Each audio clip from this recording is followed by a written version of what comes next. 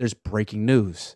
The NFL has changed the rule and approved a third active quarterback on game days. If teams have 3 quarterbacks on their 53, that third quarterback can be the 47th active player on your team.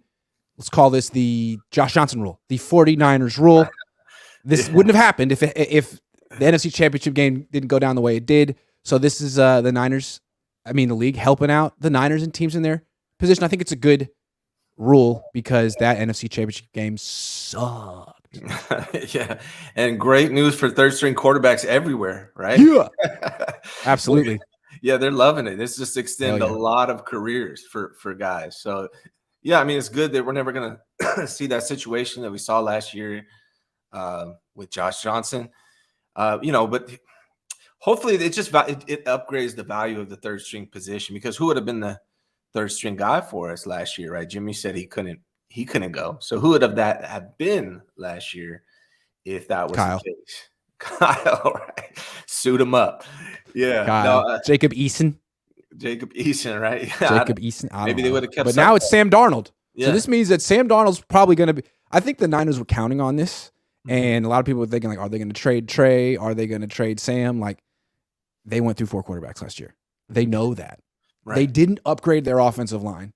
They were there. So they need 3 quarterbacks. And, frankly, they might need to keep Brandon Allen on speed dial too. Like, they know what's up. Yeah. I always figured, whether they can suit them up on game day or not, I always figured they were going to keep 3 anyways. I know a lot of people weren't, but they did last year. So I figured that was going to be the case, especially after losing 4, right? But now they can suit up 47 on game day, one of them being the third quarterback. It just made sense. But even without this rule, I think they were going to keep 3, and that was my opinion, especially with Brock Purdy questionable, status to return.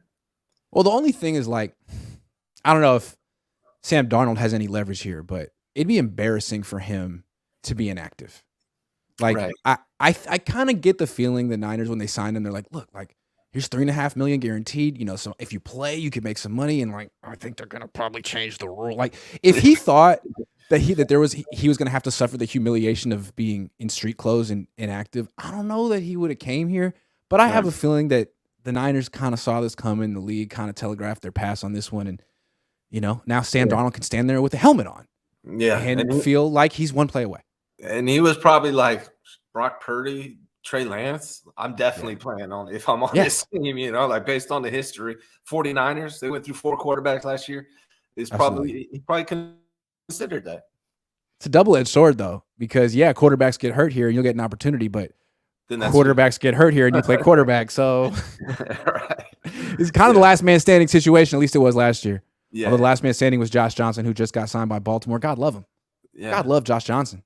He's got, this big news for him. He might be able to suit up on game days now. Yeah. You got to love how people keep bringing him back. And, in his defense, Kyle Shanahan changed absolutely nothing about his game plan for Josh Johnson in the NFC Championship game. He was like, hey, Josh, you got this. It was like, cool. Well, the reality is, like, I don't think the Ravens are planning on playing Josh Johnson at any point. He's more like, he's got that vet, that experience, that age, like, that, that will probably help the younger guys or whoever. He could probably help a lot of guys just because of what he's seen. He's almost like a coach. He's like the Andre Iguodala that's true of quarterbacks, right? And I think what people need to realize about playing quarterback is it's so much more than throwing a football. I think that'll be a theme of the day today. Like, if it was just about throwing a football, Zach Wilson might not be trash, but a lot of you have to be the leader of the team, and it's really hard to lead 53 guys at all.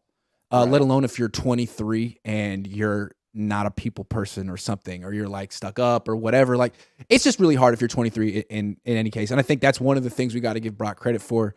He carried himself like a vet, even though he's 23. And Trey has to do that still. But, like, that is such a big part of being a quarterback, is your leadership. And that's why anytime there's been like one of these average game manager types that win a Super Bowl, he's like 30, because he's probably a great leader. Probably off the charts in that. Yep. Yeah, that's one thing I've given Brock Purdy credit for, and said Trey Lance really needs to improve, is that leadership, that assertiveness that you need to be as a quarterback. And it's tough when you're young. Brock Purdy, it just came natural to him. And I don't know if it's going to be natural for Trey Lance, but he's got to figure that part out. That's going to be a huge part of his success. Yeah, and like again, come back to Josh Johnson. He's great with that. Why has he been on every single team in the NFL? Why does every single coaching staff like him? Because he's off the charts in terms of professionalism and leadership, and he's actually someone that quarterbacks can emulate in terms of how to comport themselves in the meetings, in practice, in the locker room, off the field, all that stuff. Not just off the field, but like around the facility. That's important. Who is the Ravens' second string quarterback right now? Didn't they get rid of the guy they had last year? Let me double check. Did they get rid of Tyler Huntley? I don't know. Maybe they didn't. Let me see. Hold on. Let me look. They got Tyler Huntley, Lamar Jackson, Tyler Huntley, and Josh Johnson. So what I like is that, I mean, what I like about their situation is Lamar Jackson and Tyler Huntley are very similar skill sets. Now, Josh Johnson's a little old for that now at this point, but I do like that they're one and they're two, a very similar skill set. Also, they have a new offensive coordinator this year in Todd Monken. Not that Niner fans care, but he was at Georgia. It's going to be different than what they were doing with Greg Roman. I'm curious to see the evolution of Lamar Jackson. What happened to Greg Roman? Where did he go? Is he unemployed? I think he's unemployed. Wow. God, he's been. I think he's. Yeah, he's a one-trick pony that got figured out a long time ago. He's gotten a lot of chances. He never really evolves. He's got no clue about the passing game, but he can run it, kind of in a gimmicky way. He's unemployed right now, it looks like. Yeah. He's been trying to get that head coaching job forever. He's not going to get it. All right. Yeah. Ray Bands, 2 Z's, says 62 different quarterbacks played last year, not just Niners. Record-breaking year. Yeah. Yeah, so it's a good rule for the league. You don't want ever games where teams have to hand off and just or just take a knee or play wildcat. Like, that should never happen in the NFL. There's way too much money on the line. That's an interesting point considering all the protections they put in place for quarterbacks. Why are quarterbacks getting injured more now than ever, even though there's more protections for them more now I'll tell you why. Why? These coaches, they look at these players like Madden players. They call these plays. They don't think about the matchups. They don't think about the scheme. It's all about their scheme. I'm sorry, but I really feel that way. I think it's a byproduct of some coaches being way too into their schemes and not necessarily into the matchups or protecting their players. I think they look at these guys as replaceable too, because their scheme is what's king. Do you think it's also that they run more now? That there's a lot more running quarterbacks? Because it seems like a lot of those guys got hurt, right? Trey Lance got hurt running. What's his name? I mean, Joe Burrow got blown up in the pocket. Jalen got blown up in the pocket. Running. I mean, I just feel like I don't know, man. It seems like if you just plant yourself in the pocket, you're in danger too. Jimmy Garoppolo. It's tough. I mean, D linemen are so quick.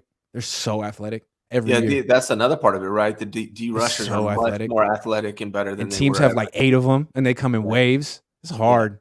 Yeah, I don't know. And the pressure schemes are really sophisticated. These D coordinators are great. And all the athletes are on the defensive side now, and that no one wants to play tackle, right? I actually think the defense has the advantage when the quarterback's in the pocket because they can disguise coverages, they can bring blitzes. I think so many things they can do. Yeah. I don't know. It's tough.